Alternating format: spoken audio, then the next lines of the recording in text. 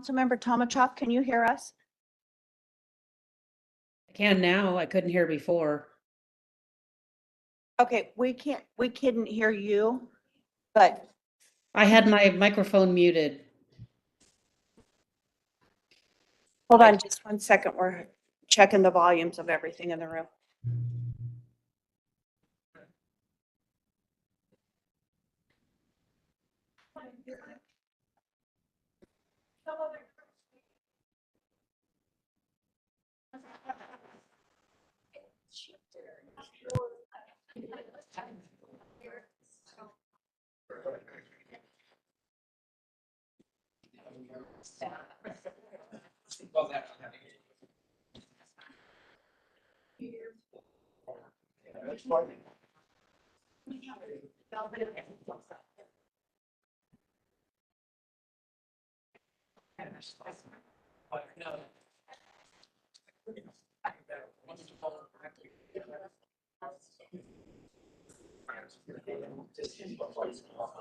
I'm gonna ask. Right back there. You're almost.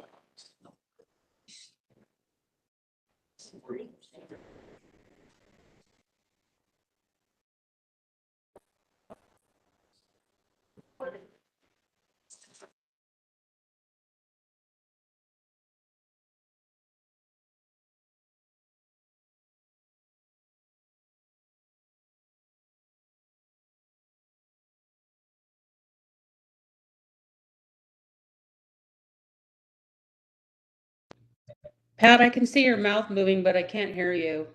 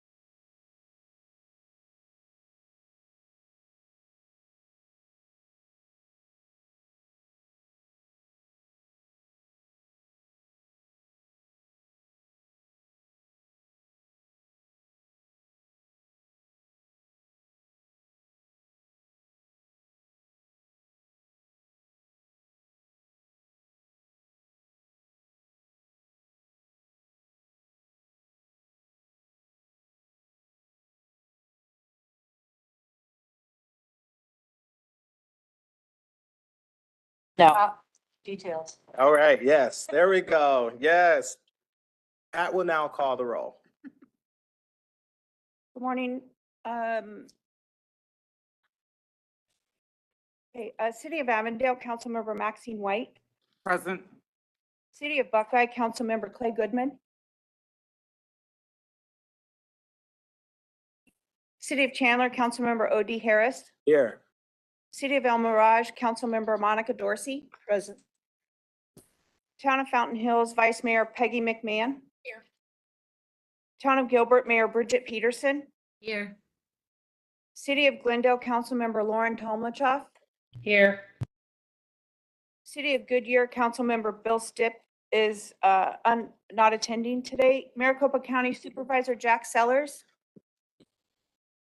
City of Mesa, Vice Mayor Francisco Heredia. Here. City of Peoria, Councilmember John Edwards. City of Phoenix, Councilmember Laura Pastor. Here. Town of Queen Creek, Vice Mayor Jeff Brown. City of Scottsdale, Vice Mayor Kathy Littlefield. City of Surprise, Councilmember Allie Klein. Here. City of Tempe, Vice Mayor Jennifer Adams. Here. City of Tolleson, Vice Mayor Lupe Bandon.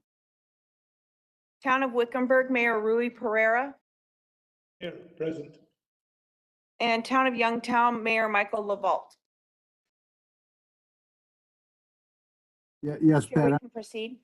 Thank you. If a committee member would like to ask a question or make a comment during the meeting, please type your comment in the box, and it will be read out loud and answered. All meeting attendees, please mute your computers or microphones or phone, and I'm going to do that right now. All right. So the public will be provided with an opportunity at this time to address the committees on non-agenda items and all action agenda items for the joint RPTA and VMR meeting agendas. Up to 3 minutes will be provided per speaker unless the chair allows more at their discretion. A total of 15 minutes for all speakers will be provided. At this time, is there any public comments? Diane Barker, I recognize you.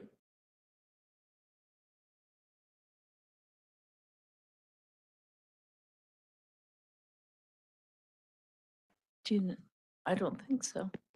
Yeah, okay. Thank you, Chairman Harris. I am Diane Barker. I now reside downtown Phoenix, but I have lived in 7 different cities. My family, they were Air Force, and my brother was an F-5 trainer out at Willie back in the 70s, and then my parents retired here. I'm sharing this with you because when I came out to live from Florida, in the 80s, there was a park and ride that was by the Price Freeway, and it had buses. And so I started using buses, and I just ended up like not wanting a car, basically, because the more I used the bus, actually, the healthier I got. And it became a challenge with me. I've had some people say, oh, you just want everybody to get on the bus. And I said no, because I couldn't get a seat. But I'm here basically because of my passion for transit, and I do use transit. Even over in LA, it was like, a festival for me to be able to go from the plane to trains to bus rapid transit. And I know that we've expanded since I started using, the bus and the rail today. And thank you, Pat. I have a bus pass and a rail pass that will take me up to my bank. I just got a call in straight up Central, for this. But what I'd like to share with you is that I really would like to see, can Kessler put like items other, since it wasn't meals, I figure it was paying for some car or something for when we go to Anaheim, our specialists and so forth. I really would like to see if you're doing that to use transit. The experience would be good. It would be cost less to the public. Your vendors that come in town, I'd like to see them head out of the airport if they're coming that way and use the light rail. I would like to see more people, our public people, that are making decisions to use our system. I got to go to the Pink concert. It was packed, that light rail platform. I want to see more positive ads about the people that are riding rail. And I've been on packed trains for the D-backs and so forth. And you know who's helping? Who's helping even more than any bully police on there are the people themselves that ask people to make room and so forth. We need to have more customer service. You can never give enough customer service. And anybody, even these patrolmen there, they really should be educated on how to help people make transfers and offer, rather than just say, do you have your pass? You don't? You need to get off at the next stop, that kind of thing. Look, that doesn't go well. And so I want to share this. I want to see more doers out there. The public is looking now for this referendum. I go to different meetings, and the government is going to be pushing multimodal transportation. We have people that are so much, I don't like electric, I don't like a petrol. That we have a lot of division, but guess what? The whole MAG program, from what I see, it needs to fit together, because we do have admissions, and Mr. Zerker even says they're coming from tailpipes. So that's the SOVs. And we're going to need to have people that will use more capacity transit. We have a lot of people that will be coming in here this winter when it's very cold back there. I can see that, particularly if they don't know where they're going, we're going to have more accidents, and more information on how to access and the positive trips that we have on mass transit would go a long way. And thank you. Thank you so much. Staff Mr. Blue Crowley. and Mr. Blue, I'm gonna allow him an additional minute for his public comments.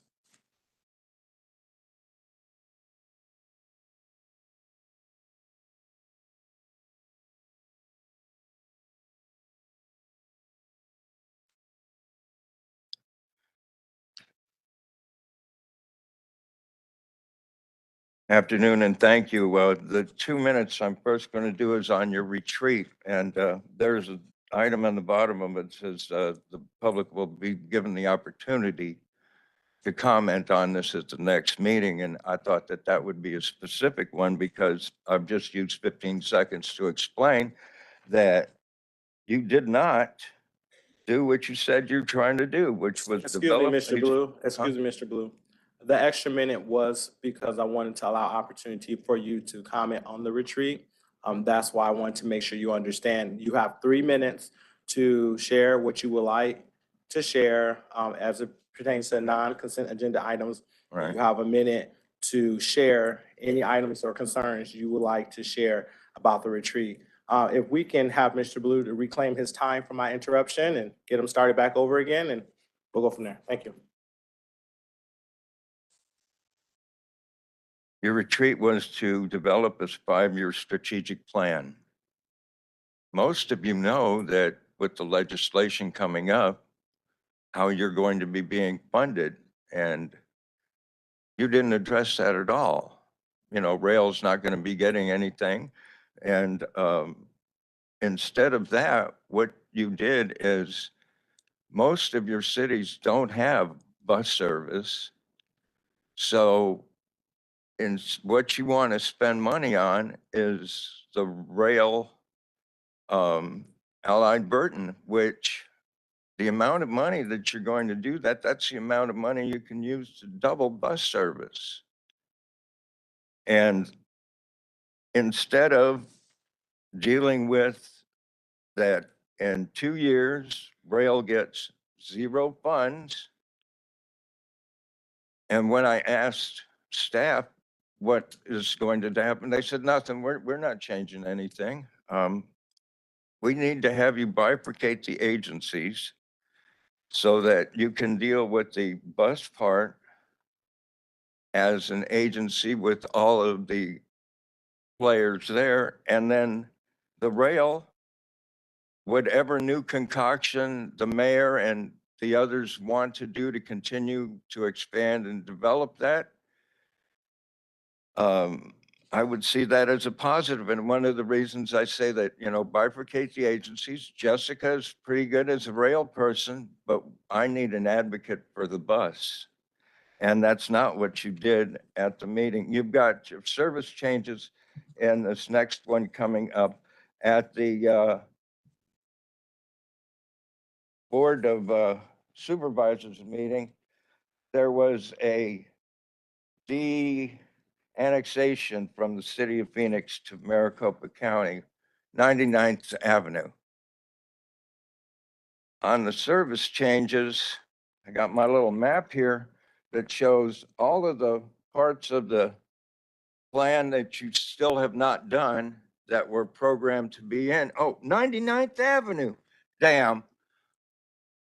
Interesting. And what I asked at the Board of Supervisors meeting is who is going to be responsible with the jurisdictional equity supposedly there for transit infrastructure.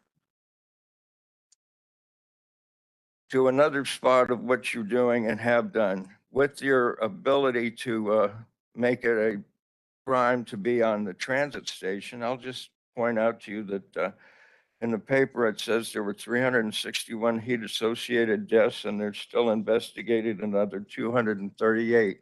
And what those people died from was not getting their body temperature below 90 degrees for over 48 hours is one of the things, or hydration. You have water fountains on all of the transit stops. I think that any time that our nighttime low, it's not below 90, that anybody should have access to both those drinking fountains.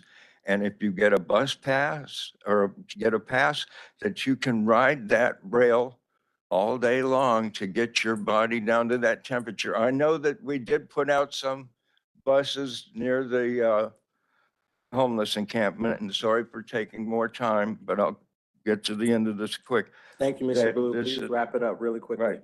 That 600 lives, water and cooling. You should be able to use the system during those parts of the year, to ride the system back and forth and not just destination. Human life is worth it. Thank you, Mr. Blue. Appreciate your comments. At this time, we're going to have our Chief Executive Officer's report. Thank you, Mr. Chair, members of the board, and members of the public. We've got a few exciting updates to share with you this morning regarding our strategic plan. Following up on our September 21st board retreat, staff has been working since that retreat with our consultant partner Guidehouse and with the feedback received from the board throughout the retreat to develop strategies and tactics in those 4 goal areas along with our foundational areas. We've been having a series of workshops. We wrap up those workshops early next week. In the middle of next week, we will have an executive leadership team retreat where we're going to work together to refine those lists of strategies and tactics to decide what we can advance and what we will land on the cutting room floor. We're also working to align those strategies and tactics with our forthcoming FY25 operating and capital budgets. Next steps for us will be to come back to this board at our November meeting with a strategic plan study session where we would present to you the next draft of the strat plan. From there, we would solicit your feedback, take those comments, refine to create a final draft of the strategic plan, which we would bring back to this board during our January board cycle. Next slide, please. And a few notes on ridership. We saw a ridership surge in the month of August, as we usually expect to as temperatures cool and school session resumes. General factors that led to maybe a little bit less of an uptick than expected were the high temperatures we had. Some positive notes is that streetcar ridership is doing incredibly well, and we saw that climb when our ASU students returned to school in the fall.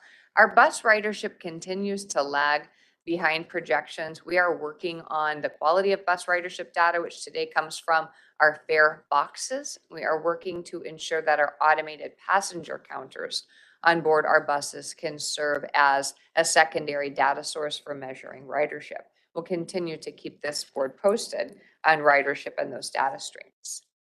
This month was a major contract transition for us, the first of a series that we'll have in the next 12 months. We transitioned our paratransit contract to MTM Transit. They are providing operations and maintenance for our regional paratransit service out of their base in Gilbert. They are also partnering with MJM Innovations. MJM is providing the dispatch and trip planning services for paratransit.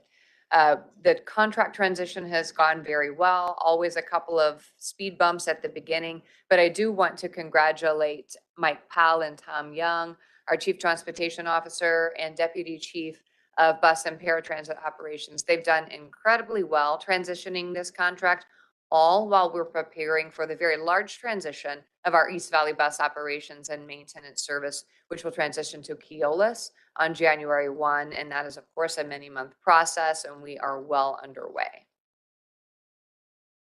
Progress on Northwest Phase 2 is exciting.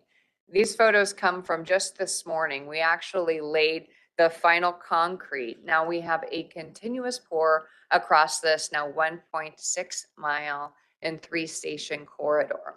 This happens just in time for major testing that takes place tomorrow.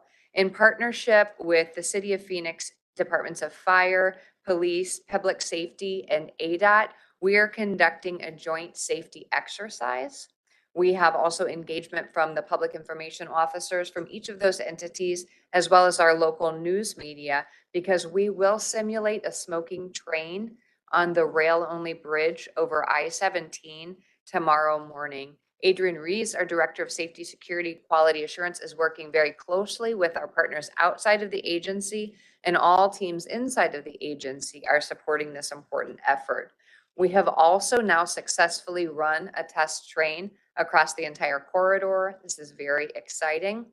We're finishing up final construction right now, completing artwork, and then in the months ahead, we'll be doing a lot of safety testing, operations readiness. We're hiring operators on our ACI contract and hiring security guards on our Allied Universal Security contract. We anticipate we will be on scope and on schedule and on budget for our early 2024 opening of Northwest Phase 2. Moving to the South Central corridor, milestones are happening in South Central as well. I had the opportunity to spend time on the project site this week. We have come up from out of the ground. We finished much of the utility work. We are doing station work right now. We are pouring concrete and laying embedded track. It looks fantastic. It's a different corridor every single week. Last month, we also hit a milestone in our community engagement activities. We have the Small Business Financial Assistance Program, which is a partnership by City of Phoenix, and it is sponsored by Phoenix Transportation T2050 funds and the Phoenix Community Development Investment Corporation. The milestone that we hit was $1 million in grants have now been awarded to small businesses in the corridor. That's more than 180 grants. These grants are intended to help those small businesses succeed during construction and be here to serve their communities after construction. Very exciting. We have a lot to celebrate on the South Central corridor, so we are going to have a party. On Saturday, November 18th, we're hosting Fiesta on Central. We also had this event last year.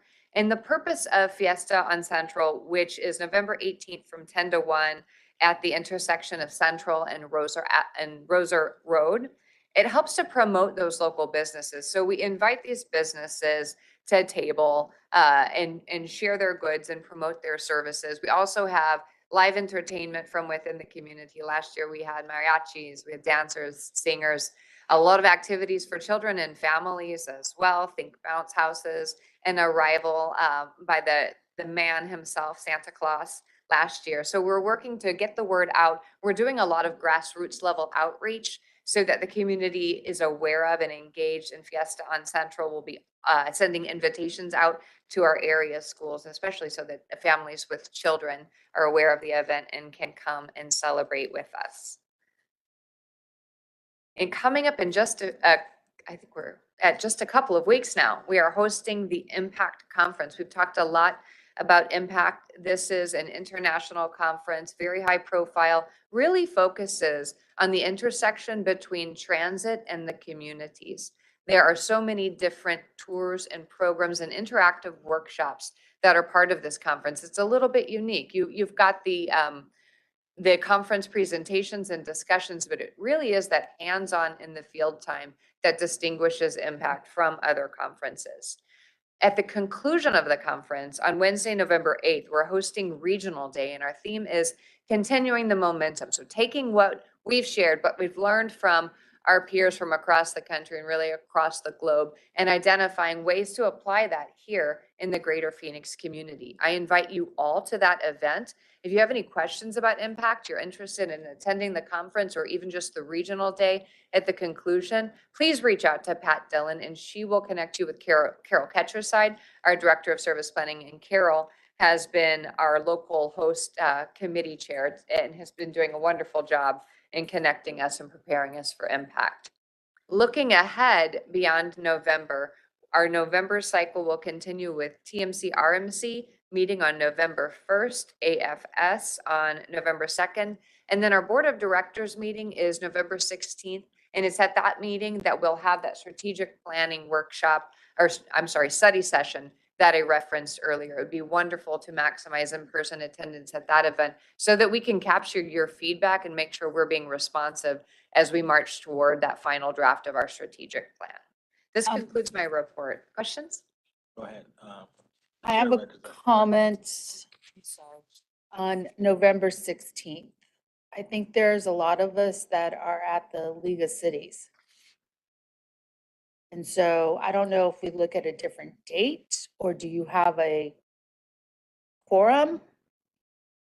We will look at changing the date. Okay. The next possible date would be the Thursday after Thanksgiving. So it would be, I believe that day is November 28th or 30th. I'm not Okay. sure.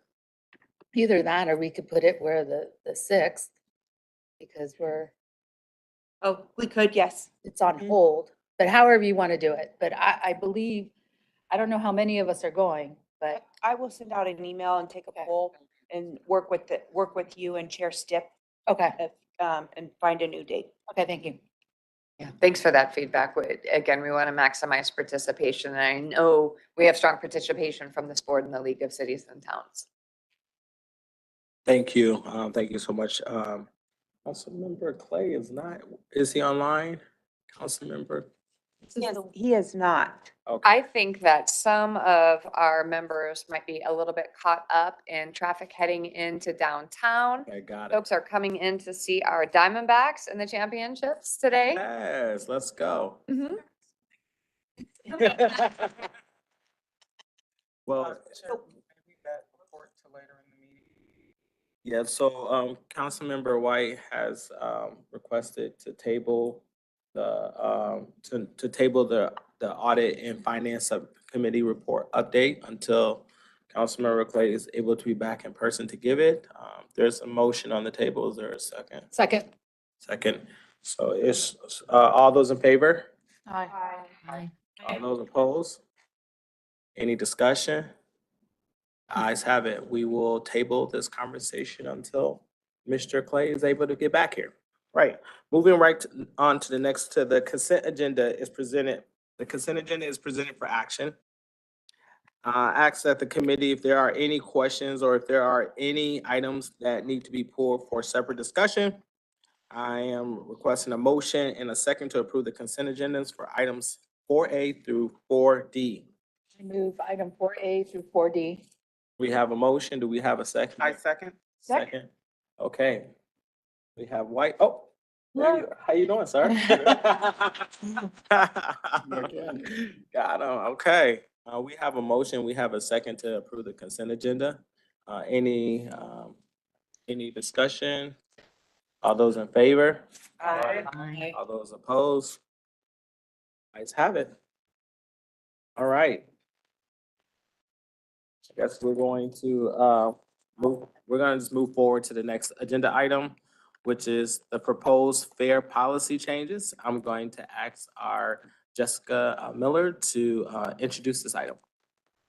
Thank you, Mr. Chair. I'd like to ask Tyler Olson, our manager of budget, to provide a presentation on our fair collection modernization project, including project goals and why we're coming to you with a request for a fair policy update.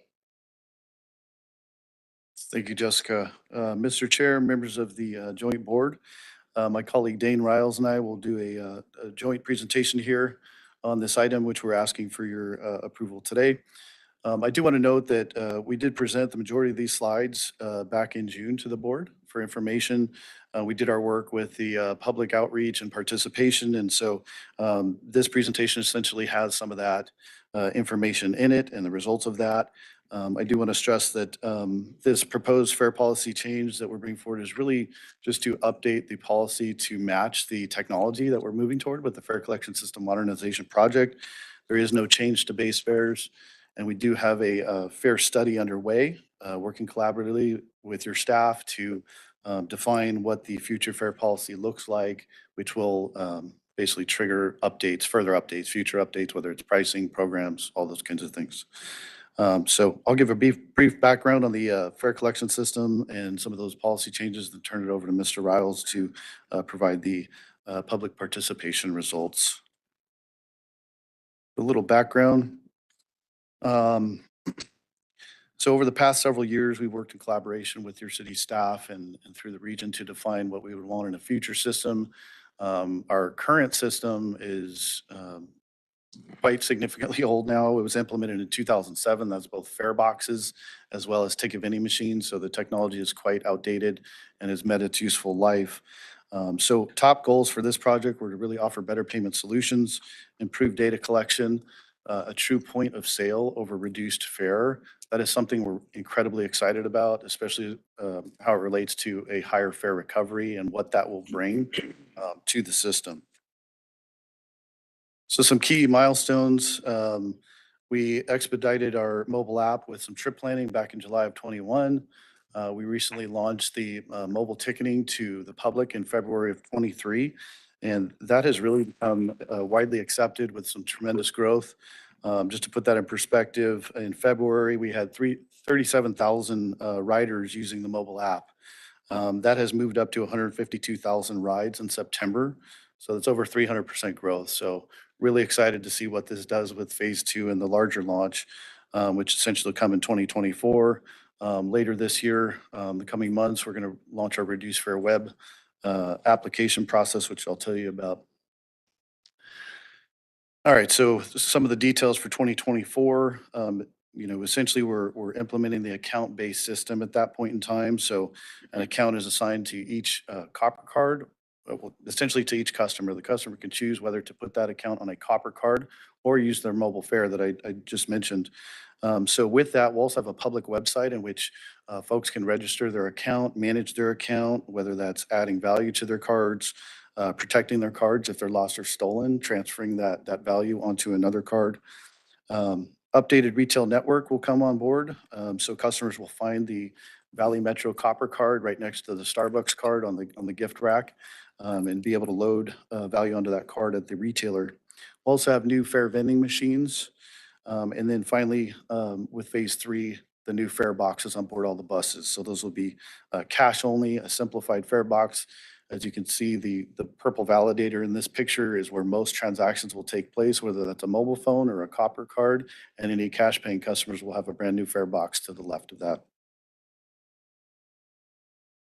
So as mentioned, we are currently underway with the fare study based on the direction of the board. We've engaged our consultant to facilitate really gathering regional input on all things fare related, as well as service metrics, peer agencies through NTD, the National Transit Database, those types of things.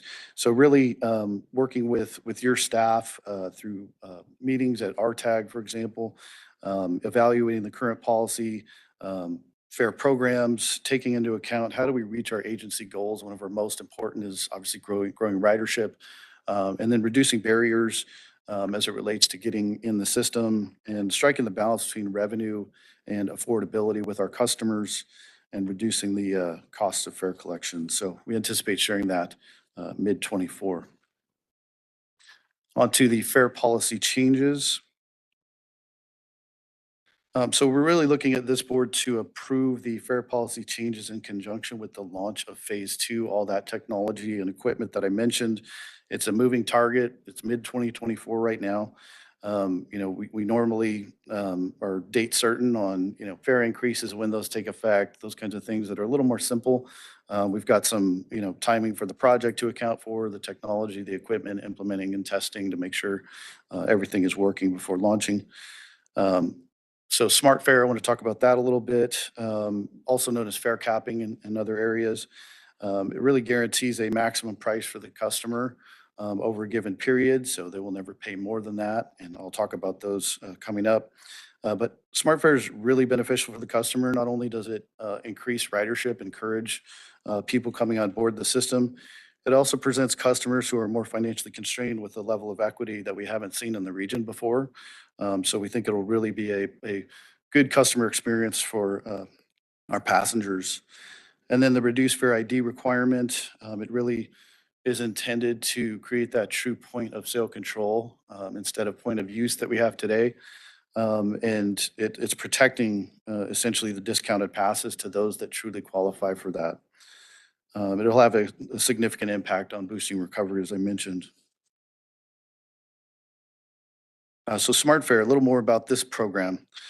Customers essentially load value onto their mobile account or copper card and really tap their way across the system, whether it's bus, light rail, streetcar.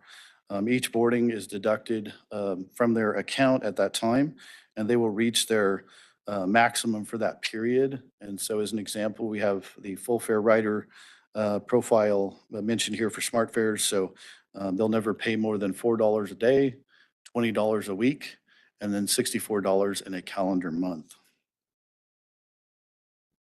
And so this is just a visual to help show the equity that SmartFare brings to our riders. So in the current system, customers, who may not be able to afford the cost of a monthly pass, a full fare monthly pass up front, which is $64, typically end up purchasing more in day passes, so resulting in a higher cost for the same period. So in this example, a full fare passenger would purchase 31 days of passes at $4 a piece. That's $124. And in the future system, essentially the SmartFare program will ensure that that customer will never pay more than $64 for that same period. They earn their way, basically 16-day passes is the equivalent, and then they ride the rest of the month for free. And so that's great value to the customer. And I think that combined with the point of sale reduced fare control is really going to boost our fare recovery. The potential loss here, I think, is offset by benefits to the customers, as well as reining in that potential for reduced fare abuse for those that don't qualify. So here's a summary of the proposed smart fares that I just spoke about. Essentially presenting the daily maximum for local reduced fare as well as express, and then the daily, weekly, and monthly caps. Again, no price changes here, just updating our policy to reflect this new technology and benefit to the customer. Councilmember Pastor, go ahead. Sorry. What is the current charge? And I should know this, but I don't. So for example, the current all-day pass is $4 for light rail and bus. So the base fare would be $2. So if you board a light rail or bus local route 2 times in one day, that's the equivalent of $4 or a day pass. I'm just trying to figure out what we're changing.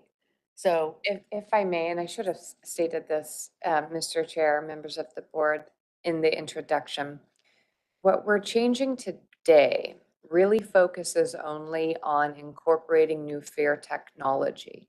With the copper card, now we'll have the opportunity for the first time to implement daily capping. But I wanted, among a few other things that Tyler has reviewed, but I want to distinguish this from the presently ongoing fare policy study that would seek to present to this body an array of fare type options as well as pricing and marketing options for consideration. So we're not changing the price of the fare in this instance, save for introducing for the first time the smart fare maximum. So you're introducing the technology, is that what I'm hearing, of this whole new copper or smart fare component? Yes. Okay. It gives us this chance we've not had before. Our current fare, our current fare collection system and the passes that we have don't allow us to detect you've already spent $4 in the course of this transit day, so now we're going to cap you. Now it's that stored value card. There will be a unique card for each one of our customers who uses it, so we can detect when they've reached that cap each time they tap at a light rail station or on board a bus at a fare box. Continue. Thank you, Chair. All right, so moving on to the reduced fare ID account requirement. Essentially, there will be an application process with approval by a Valley Metro representative to ensure that the applying customer does meet our reduced fare eligibility. At that point, the backend system can configure that account to have access to reduced fare. So in the short term, before we get to phase 2, again, we're starting this process of rolling it out, getting those applications going. It essentially will serve as a reduced fare ID card. You can see an example there of what that would look like.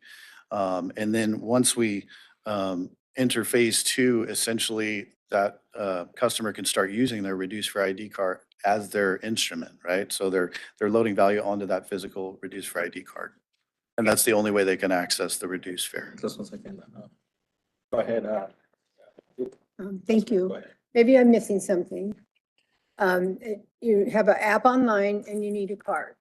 What about the passengers that don't have that same access? So that they're paying cash or whatever else they're paying, they may not, be able to access or utilize the app. So I just wondered, how does that fit in with them? Yes, so the great part about the new system with the copper card, for example, essentially, value can be added at retail locations with cash, can be added at ticket vending machines with cash. And even on the mobile, I do want to touch on that. We do have an option to add cash to mobile. So as part of the new retail network, participating retailers will have a software called Vanilla Direct, which essentially the customer can pull up a barcode and say, hey, I'd like to add $20 to my account. The clerk scans that, hands them the cash. It's on their account immediately. It's all real time. Thank you. You bet. The chair recognizes Councilmember Max White, then Councilmember Ali Klein. Thank you so much. Will we be able to view the application, or is there a draft application available just to understand the type of data we're asking of our writers? Anybody, I haven't seen that, but I think Dane might be able to address that potentially.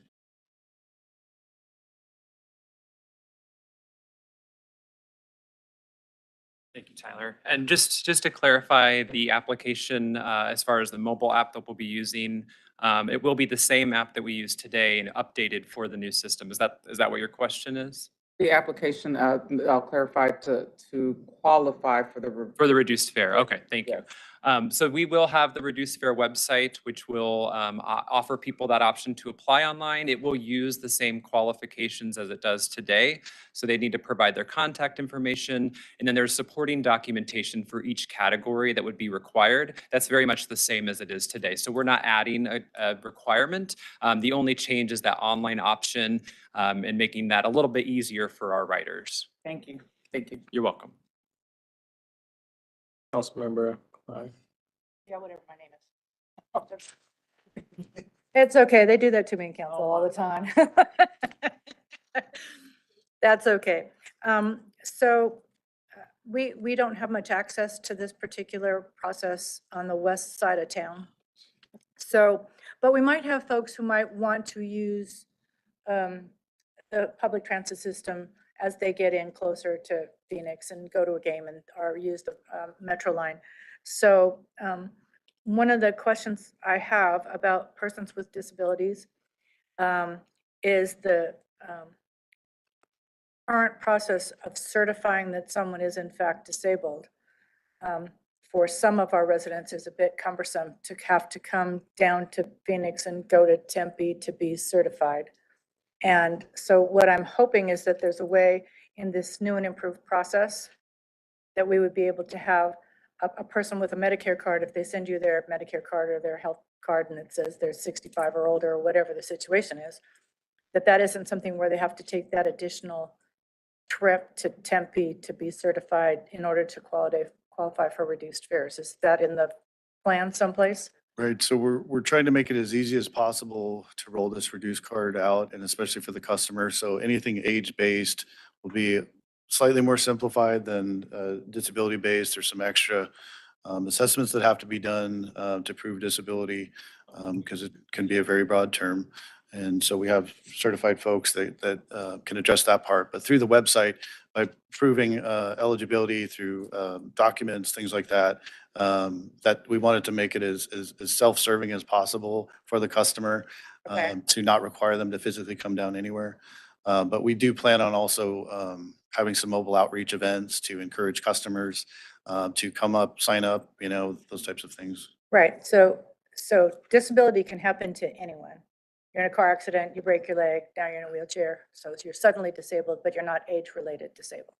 So having someone from El Mirage or Surprise make it to Tempe and back is a 6-hour event. So when you talk about eligibility for folks, like I said, right now, we don't have buses for people to prove they can't get on by themselves. So that's a different issue, but being able to use public transit, if they've managed to get to Phoenix and they want to go to a Suns game and they park their car and now they want to be able to use transit to get around, being able to expand usage of the services that are available for someone who is disabled. I would love to see something in your plan as you do your outreach that helps us provide those opportunities for our persons who are on the other side of town, not having to go to Tempe to get certified. So whatever that plan is, I'm an advocate for that. Tom's already looking at me because you know I'm going to talk about this, right, all the time. And I really want to be able to encourage my residents to go ahead, go downtown, park your car, and then use transit to get around to go to all the other places. But right now, that's a bit of a hassle for residents from the west side. Thank you, Councilmember. Tom Young will help address that. Thank you, council member. Just quickly, for the reduced fare permit for an individual that has a disability, they can provide the verification either via online or through the mail. They do not have to come into the mobility center for the reduced fare Okay. based off the disability. So what requirements be that they would provide? The first and the easiest piece based off disability is if they have anything through Social Security documentation, so their eligibility through SSI or Social Security based off a disability Okay. is just send us a copy of the letter. We can do that. Okay. Or there's a physician certification of a disability for the reduced Perfect. fare.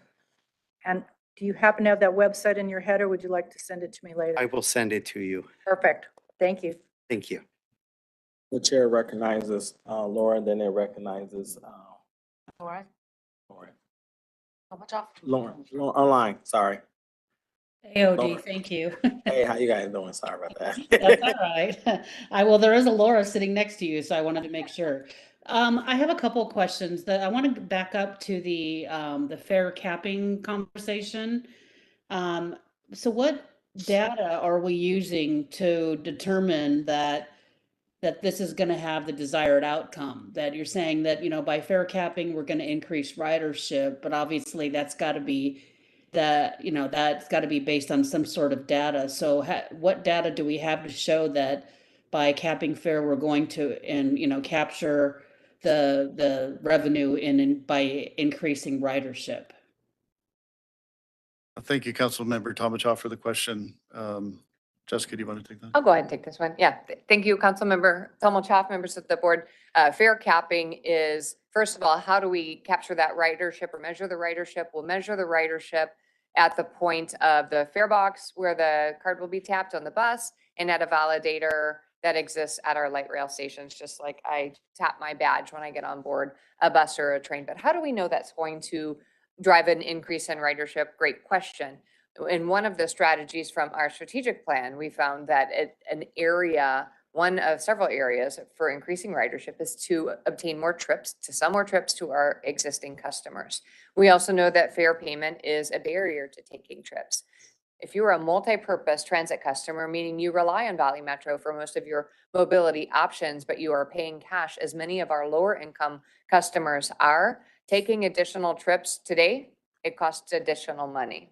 So if you're paying cash or you're loading that value onto your copper card, and once you hit that daily max, which is $4 in our present fare structure, you can take as many additional trips as you like without spending more money. So we know from following our peers very closely over time that they are seeing an increase in utilization from existing customers when they do introduce fare capping, which has become a fairly common practice in the transit industry with the advent of the stored value cards that we're using. So we're following our peers and we're looking at our own market research data that tells us that we've got potential to harness that latent demand from existing customers. This is also a tool that helps us deliver more equitable fare payment. Again, we know that our lowest income customers and our occasional customers are most likely to use cash fare payment. So the cost of a monthly pass might be unattainable for a lot of our customers. And so now they can avail themselves of that lower boarding rate. Does that answer your question, council member? Yeah, and then we're gonna obviously track it so we can, measure it and show the progress that, once, this isn't part of the implementation today, but that we will be able to say, okay, our revenue has increased by set, whatever the point in time is where we pivot to this. We're gonna be able to measure and show the progress, anticipated progress, I should say. Yes, we will absolutely measure, analyze, and adjust. Okay, yeah, because I did read the notes from the management, and that there were some concerns expressed about the fair recovery that's part of the Prop 400E. So, we just have to be mindful that we're going to be able to meet that expectation. While I have the floor, I have one other question. I know that I think, and for those of us that have been sitting on this board a long time, with the reduced fare.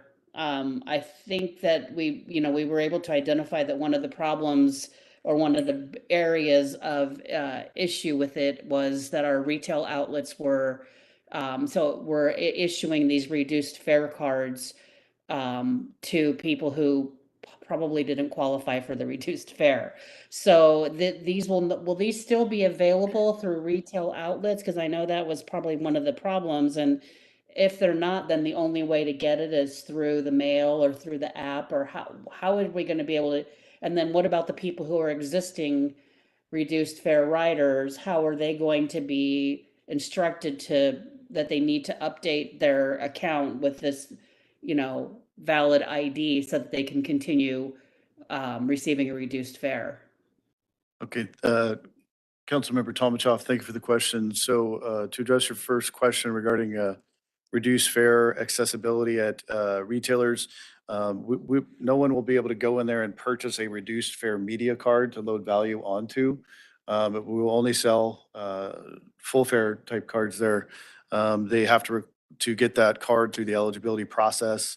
Now they could take that card later on to any retailer or any ticket vending machine or load it online after that point forward, but nobody can access reduced fare media in the future without going through the eligibility process. So as far as the communication plan with reduced fare customers now, we do have a database of customers that currently have reduced fare IDs working through Tom Young's group at the Mobility Center. And so we are reaching out to those customers and organizations to make them aware of the future plans, and we'll provide information. Obviously, we have a big communication campaign related to this type of outreach and notifying customers of these events through different social media outlets and things like that. So, and that brings me to one other question, and I'm sitting right outside, and air conditioner's right outside the window, so I apologize. What about like if somebody has, purchased a supply of reduced fare cards, is there going to be a phase out or an exchange, or how is that going to work? Yeah, there's definitely, we're working through, continuously working through details on kind of that transition plan and exactly what it looks like. We need to get basically rid of the current mag stripe fare media in the region in order to get everyone onto the new updated technology and see the benefits of all that smart card fare media. So we are talking about, roughly a 30-day transition period potentially from kind of making some announcements, or maybe even sooner than that. As far as, using your mag stripe fare media, which might be a reduced fare, right, category or full fare express, and really promoting folks to use that before a certain date. And then we'll essentially replace all of the remaining ticket vending machines. We would have pulled that fare media out of retail outlets ahead of time, right? When we started making those announcements that they can no longer be purchased, but use them.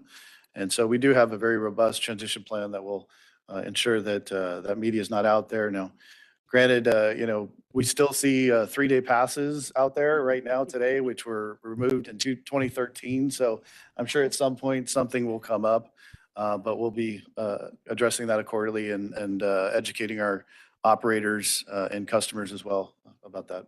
So there will be a way to load like any balance onto the new ID. What'd you say? Like if you still have, if you still have a reduced fare card and but somebody maybe says, they have a balance left on the reduced fare card because they're gonna have to be able, if they have any trips anything that they've purchased, can they add that onto this ID card? Councilmember Tomachoff, so the reduced fare ID cards that are out there today that are not the new copper cards are not able to add value onto. They're really just an identification card. Okay, So with the new system, we don't have to worry about that. We're starting from scratch. There's no value on any existing reduced fare ID cards. okay, they just show that to be able to buy a reduced fare. Well, the old cards get basically replaced with this new technology, this new card that's on the screen right now. So. And somebody's gonna go and get all of those cards, you said, I think I heard you say it, from all of the retails that have a supply of just basically, you can't identify anybody by the cards, but they're gonna be all picked up from all the various retail locations and removed. Okay, yeah, I apologize. I misinterpreted your question. So the retailers that have existing media today, we've already notified them of this upcoming transition. And we do have control on sales of reduced fare media through City of Phoenix, who manages that program right now. So we'll ensure that at some point we stop selling reduced fare, and then of course get that reduced fare returned to us. And I anticipate just by the nature of this that some of those retailers will proactively want to return reduced fare, as well as their full fare items on this outdated fare media. Okay, all right, thank you. You bet. Thank you so much. We're having a great conversation. I was gonna allow Councilmember White to, he has a question. Okay. Just a follow-up question, taking a look, I have located the application for reduced fare online and I'm viewing it. But I wonder, is a part of this technology change going to make it accessible on the mobile app? Maybe I didn't ask the question correctly before. Thank you, council member. I'll answer that. So the application you see online today is the paper application. When we switch to the new reduced fare website, it will actually be a totally online application with fillable forms, and then you upload the documents. So it will be much more accessible and much more user-friendly, whether you're using it on a phone or on the website on a desktop. Thank you so much. You're welcome. You're welcome. No. Okay, Go ahead. I have several questions. Who qualifies for reduced fare? So it's a combination of age-based and disability-based. On the age side, youth 6 through 18 qualify, and then 65 and older qualify. Also Medicare card holders. Okay. No, I'm only going because On the record.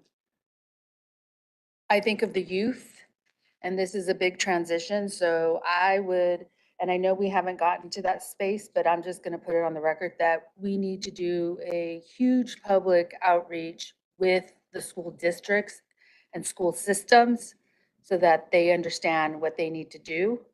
So that's why I was asking that question. I feel like I don't know why I feel this way, but I feel like I'm being channeled to ask all these questions by my dad right now, because he was very concerned about the public and using public transit and really accessibility. And like the questions that were being asked, we do have a generation, and I'll include myself in that generation, that don't want to put apps on their phone, don't want to use the mobile piece because with banking, because for whatever reason, is for security purposes and privacy purposes. I want to make sure that there is enough spaces or places where people have accessibility in the sense of being able to be part of the system. I agree with all the other cities that there needs to be an outreach and a component or a space where they can physically get their card or be able to do their application. I don't know if it's a mobile office in the cities, in the different cities of Valley Metro mobile office to be able then to help. But we have to be innovative and be able to provide those cities that are unable to get into Phoenix or wherever we're gonna do this. So I would like to think kind of outside of the box in that way, and be able to help really. I think of my senior centers, and I think about there needs to be outreach within the senior centers to go and possibly bring a computer or an expert to help even write out the application, and be able to have the paperwork to say, you qualify, here's your card, this is what we're gonna do. So for me, outreach is critical.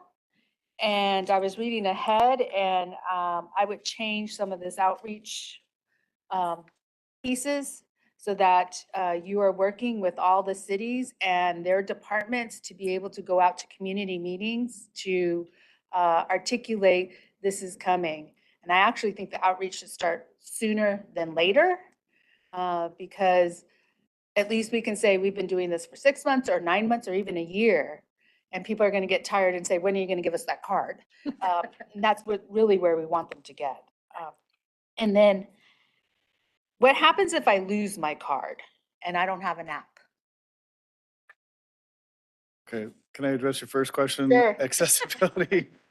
Before I forget. Sorry, I was looking away. I was Thank you, writing my notes Councilmember, because I for was the trying question.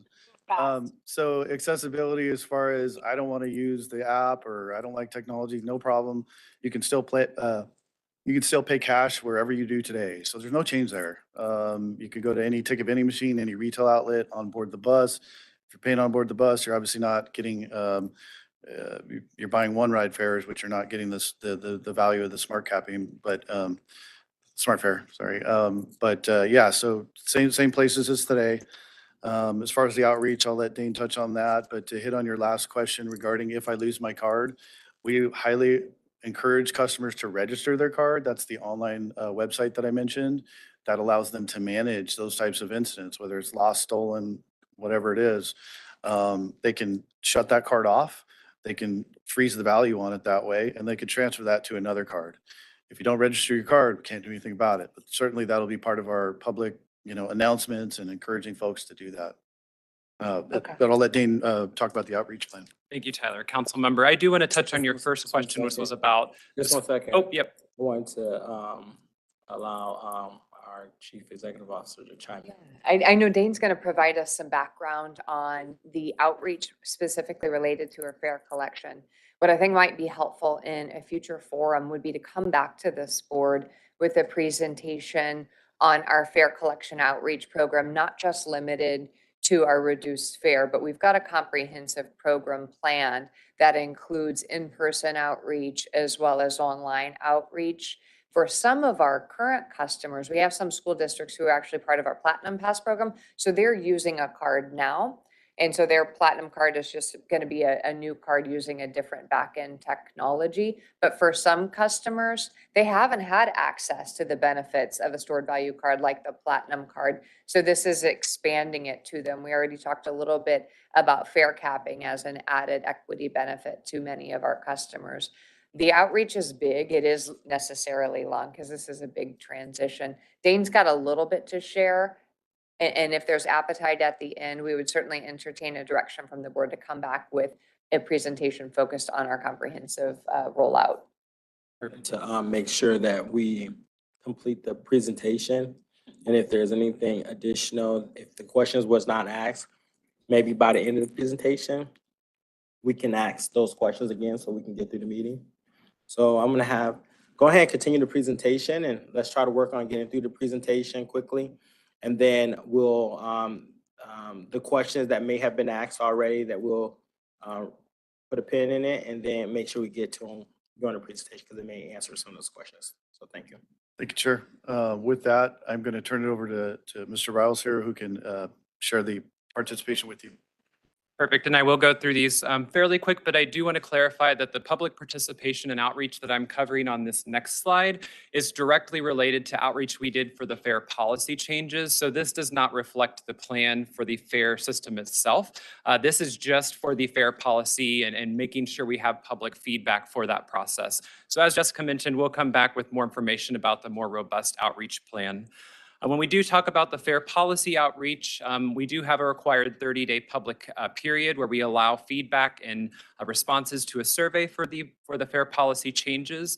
We also have a required hybrid public meeting. So we had a public meeting on August 2nd to provide an overview of the fair policy changes and allow the public an opportunity to ask questions and provide feedback. In addition to that, we did have a survey to get feedback on the fair policy, and we promoted that through a variety of channels you can see on the screen, including in-person outreach, digital communications, and messaging out on the system itself. Through those efforts, we did receive over 2,700 responses on the proposed fair policy changes. You can see the demographics on the screen of who the audience was, but it did have a broad audience across the valley providing feedback on the fair policy changes that are proposed today. I am going to quickly go through some of the main questions that address the policy changes that Tyler covered and show the results of that feedback. The first question that we will cover is the likelihood of our riders to benefit from Smart Fare, which is the pay-as-you-go model. We did have 43% of our riders say that they are very likely to benefit, 27% somewhat likely, and the remainder were either unsure or not as likely. I will add a little context that in the not likely category, we had some riders who use the other pass programs like the Platinum Pass or the ASU Pass, and of course those programs will continue in the new system, and so they wouldn't necessarily benefit from Smart Fare because that other pass would cover their fare. We also had some riders who don't ride as frequently. So of course, the more you ride, the more you save with Smart Fare. So there may not be a perception that you're saving as much if you're not riding as frequently. The next slide does also touch on Smart Fare and the likelihood of someone to ride more frequently because that feature is in place. And as you can see, there was an overwhelmingly positive response that if Smart Fare was in place and you would pay as you go and never pay more than $64 a day for full fare local service, we had 61% of our riders said that they would ride more often because that feature is in place for them, whereas maybe was 27% and then no was just 12%. So to our discussion earlier, we do see an appetite for riding more frequently because we have this new system in place that allows you to pay as you go. We did also ask about the likelihood of purchasing the copper card that we've discussed earlier. Again, the copper card is one of multiple methods, including the mobile app and cash, that are available in the new system for riders to use. So it is not a requirement to have a copper card, just like it's not a requirement to have the mobile app. We did have 37% of riders say they were very likely and 24% somewhat likely to purchase the copper card. And then as you can see on the screen, there's a breakdown of not likely, unsure, or riders who, again, preferred a different option. And that is the great part about the new system, is that there will be cash options still, there will be the mobile app, and then of course the different pass programs that are available today. Related to the reduced fare question, we did ask a question about the new requirement to get the reduced fare account and the process to go through that. And we positioned this question in a way that said, if you qualify for reduced fare today, or if you were to qualify in the future, how likely are you to go through the process to get that account? And we had over 53% said very likely, 20% somewhat likely, and then again, the remainder were either unsure or unlikely. So combined, 73% of riders said that they would be likely to go through that process if or when they qualify. And then we did at the end ask about the preferred payment method in the new proposed fare system, just to see what our riders would prefer to use to pay their fare. And you can see that there was a 44% saying they would use the mobile app, 27% the copper card, 9% cash, and then the remainder either didn't know or used those other pass types that are out there today, like the Platinum Pass.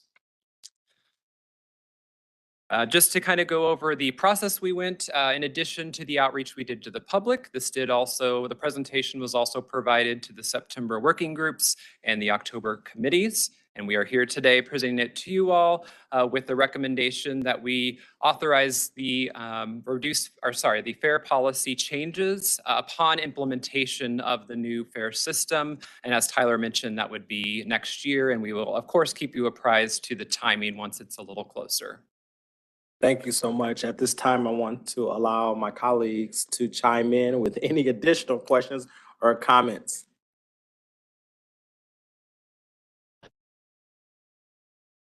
This is probably really easy. Back in the former presentation, you don't need to go back, but one of the fares that is mentioned in the presentation, but that we didn't speak about is the rural fare. And I'm not sure what that is. So if you could just give a brief overview of what the rural fare is and who might qualify for rural fare funding. Yeah, so the rural fare is our route that goes to Ajo, all the way from Desert Sky Transit Center down to Ajo. It has kind of a unique fare. I want to say it's $4. I think it's similar to the day pass. Those buses do not have fare boxes. It's kind of its own program right now. So Okay. we're exploring how we could, integrate that in the future with this type of technology. It's kind of a hybrid between fixed route and demand almost, and that they do deviate at times depending on customer needs on boarding. So So do you have anything considered rural that goes, as an example, to Wickenburg or any way out north and west of you? Council member, no, unfortunately we don't. We did have some plans with the original RTP and obviously with the shortfalls of the Right. Prop 400 and recession that didn't materialize. So our one route, rural route is the Ajo route that I mentioned. Okay, thanks. Well, then it explains why I didn't know what it was. Thank you for the question. Are there any more questions, concerns online in person? Right. Well, colleagues, you guys have heard thank you for your presentation. You've heard the presentation of staff. At this time, we're going to request a motion in a second to amend the regional fare policy as reflected in the attached proposed fare policy document effective upon implementation of the new account-based stored value fare collection system. Is there a motion? Oh my goodness, so many. Go. You can be second, Peggy. I'll take a second. Second. Okay, we have Max, she's gonna motion it and then you'll second, Vice Mayor. Yeah, okay, there we go. Boom, it's worked out. Ready. All right, thank you. All those in favor? Aye. Aye. Those opposed? All right, Sure did it. any online? All right. With that being said, the motion has been carried. All right, we wanted to get back to Councilmember Clay Goodman to give us that update on the financial reports. Go ahead. Yeah, thank you. And my apologies to Jessica and her staff, as well as the board members for my tardiness. I was being chased by a really big guy trying to hand me an envelope. He said it was Diamondback tickets, but I didn't really believe him. No, it was Diamondback tickets. So, AFS did meet, and much of what I'm going to say, I think, is moot at this point. But Mr. Kessler provided an update on revenues as well as mobile fares. Mr. Olson gave us an update on the budget timeline for FY25. It was presented for information. He continued around preliminary service level budget assumptions. Those assumptions were also presented for information. Our annual review of internal audit charter, Sabrina presented AFS with the charter. No changes, only that signatures were requested to be updated. Fair policy changes, we just heard that update and approved that. We received that presentation. Lastly, Sabrina gave us the FY23 annual report for information regarding our audits. But if the board members would like to receive that information, please contact Pat. Currently 6 audits in progress, and those will be coming to AFS for approval in the coming months. Mr. Chair, that concludes my report. Thank you so much for that report. At this time, we're going to move to travel expenditures and solicitations. This item is presented for information only. Are there any questions about travel expenditures or solicitations? All right. Seeing none, there's no action required for this item. We're going to move to 7. Report on current events. Any suggested future items? Is there any future items that any of the members would like to report on, any current events? Go ahead, Councilmember White. Thank you so much. I just wanted to share an update that we are in full swing with our We Ride free rides in Avondale up through November 17th. And in consideration for future agenda items, we would love to see a demonstration of the mobile app in its new iterations as the development happens. Thank you. Any more announcements, updates? All right, seeing there is none, we're gonna move where our next meeting will of the Board of Directors is scheduled for November 16th. That is tentative until Pat gets us information on a different time. So be checking your emails, team, so we can make sure we have the update. With that being said, that will conclude our meeting today. Thank you. RPTA will start in right now. All right. What's that? Oh, you know what? Let's take a 5-minute break right quick and allow our colleagues to refresh. Be back in 5 minutes for the RPTA meeting. Thank you. 5 minutes, 5 minutes.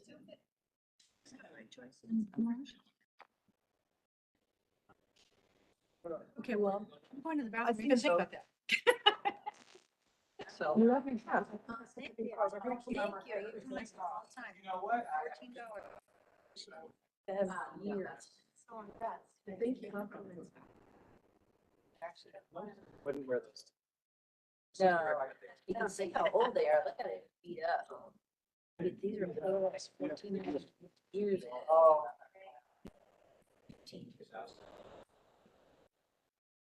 Yeah.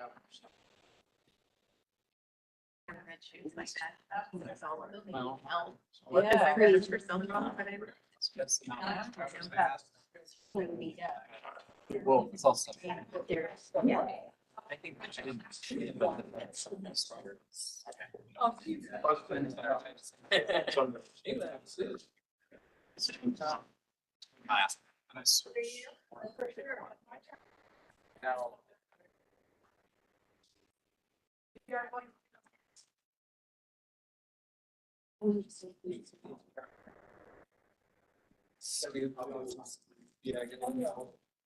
That was so funny.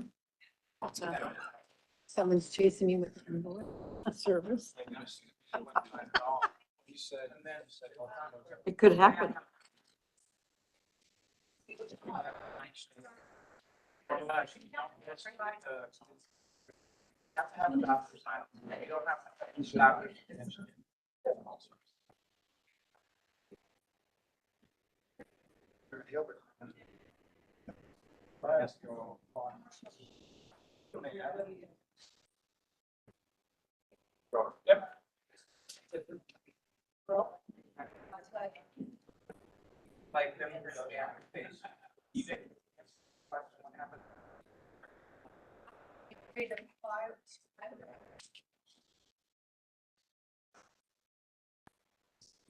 are the brand new systems. Reload that.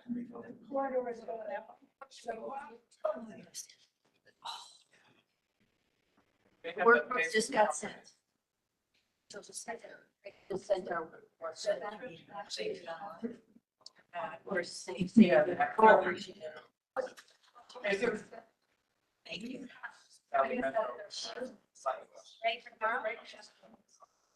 Right, but these are.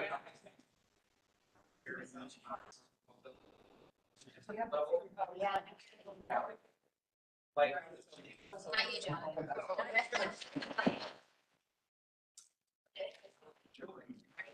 That was funny what he said. That's true, yeah. Could be. He said he's not sure. That's why I asked him.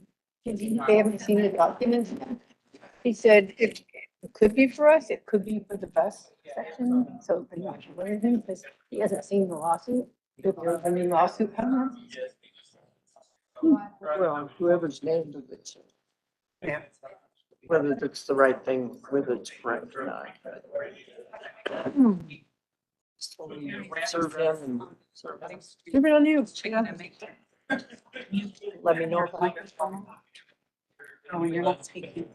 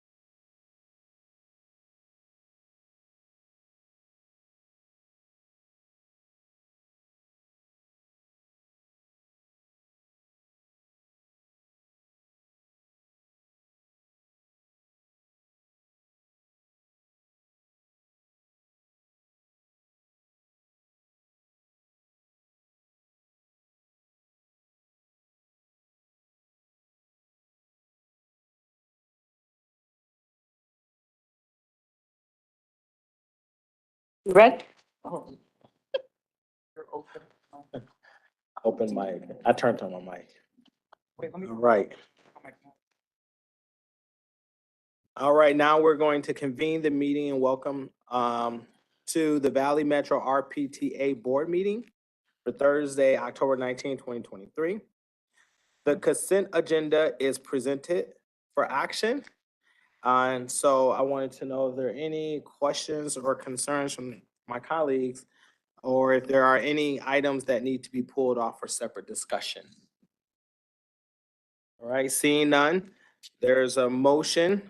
There's a motion needed in a second to approve the consent agenda for items 1A through B. So moved. Second. All right, any discussion? All those in favor? Aye. Aye. Opposed? Yeah, I'm sorry, I missed the motion in the second. I moved. Thank you so much.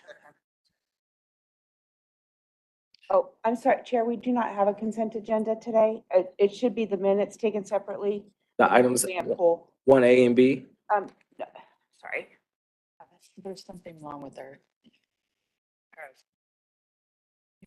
No, that's right. It's- Oh, yep. Yeah, it was like, there's, yeah.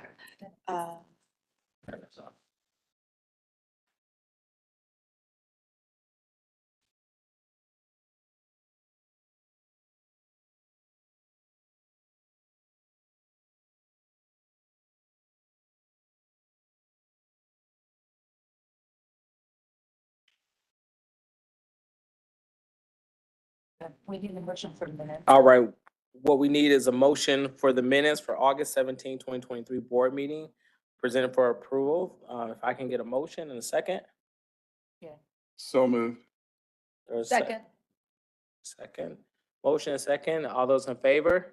Aye. Those opposed? Thank you. The ayes have it.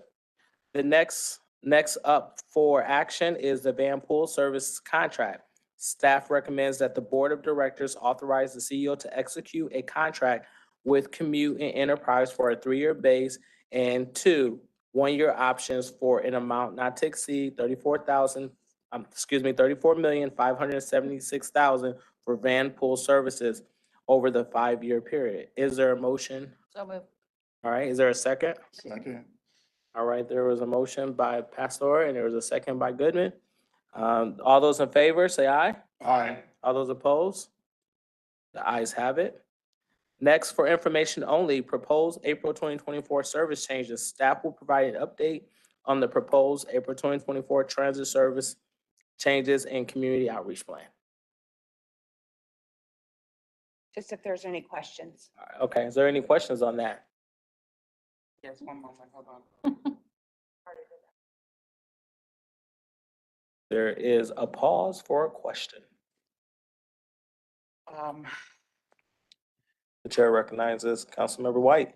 Thank you so much. In the information regarding our van pool contract cost comparison, it appears that with the, sorry, I'm going back. Going back. Go backwards. Going We're on backwards. number 3. Never mind. There's no question? It's for No. information. No question. Okay. Well, if there's no questions regarding the proposed April 2024 service changes, we'll go to item 4, which is report on current events and suggested future agenda items. Is there any current events or suggested future agenda items for consideration today? All right, seeing none, our next board meeting is scheduled for Thursday, November the 16th, 2023. Tentative, Pat will get back with us on that date and let us know. With that being said, thank you for your time, colleagues. That's it. Chair, I have a question to show you. They left this. Did you want to have?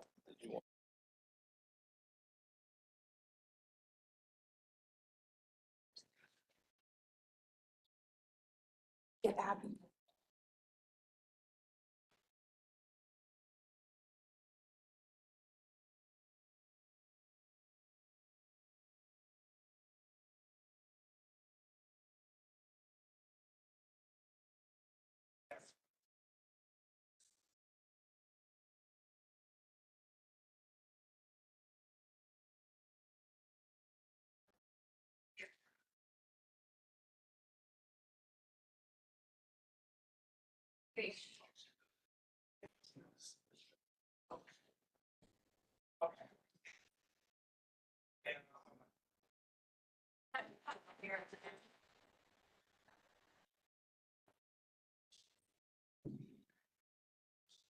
All right.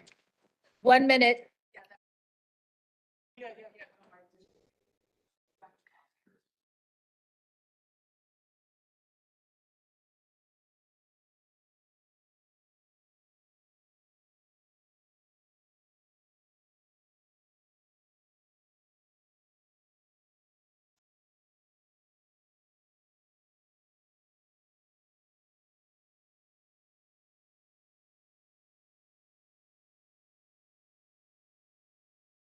Hello, Pat? Can you hear me?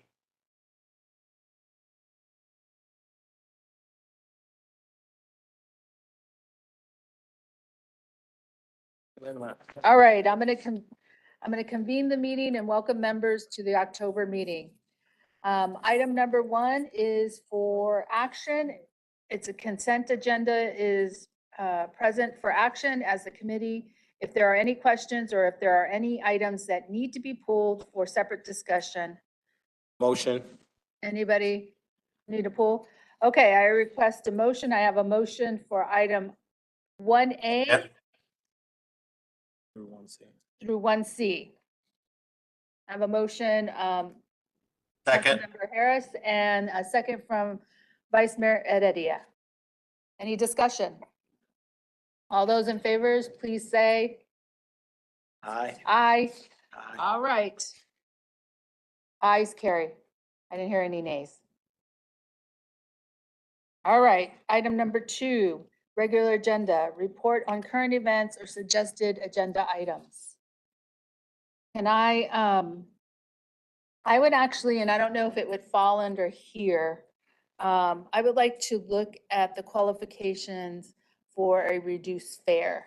I would like to review the application and just do a conversation or dive into it of what we really need and what we don't need.